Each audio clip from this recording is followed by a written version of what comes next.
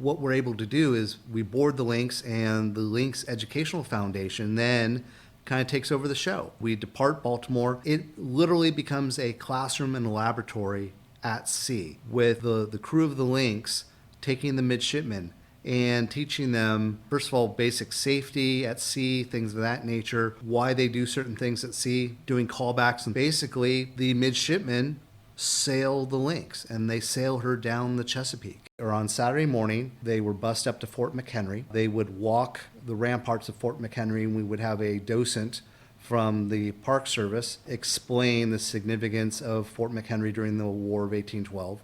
We took her to a wonderful place called London Town, and we really owe an awful lot of thanks to London Town, because we were able to anchor off London Town, which is a historic site, but it's a fantastic historical site, original buildings and some reconstructed buildings.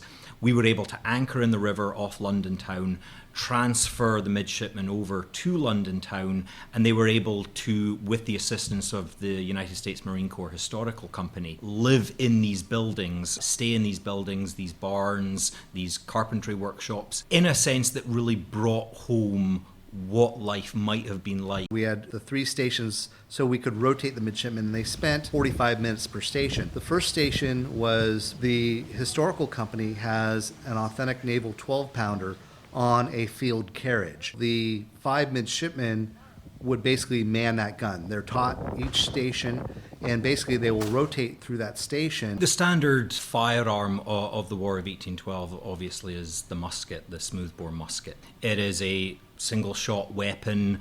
The next station was the small arms station, which was with the brown bets, the muskets. They would learn how to load, prime, and fire those, and learn how to fire in volley fire. And so again, because they get 45 minutes, they really get a hands-on. They're able to load and fire on command with the sergeant. The third station is the edged weapons. What works even better is to give them something to strike against.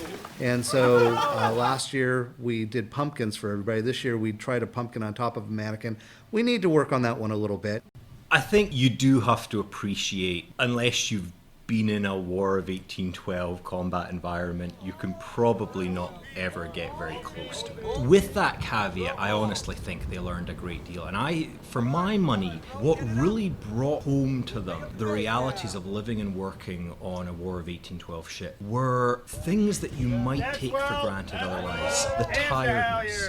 These are midshipmen who are well used to working late into the night, who are well used to being tired, who are well used to physically exerting themselves.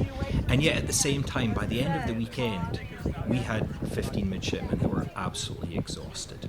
And it was because being out in the open air, having fantastic food, but perhaps at inconsistent times, working with these small arms, wielding edged You're in the wings. There you go, hon. Thank you. They also get a sense of noise, confusion that would have been involved with this, the confusion and the smallness of the world that combat veterans talk about as the world shrinks around them. I think what was to a certain extent brought home to these midshipmen. I think the experiential learning part of this is so important for these midshipmen.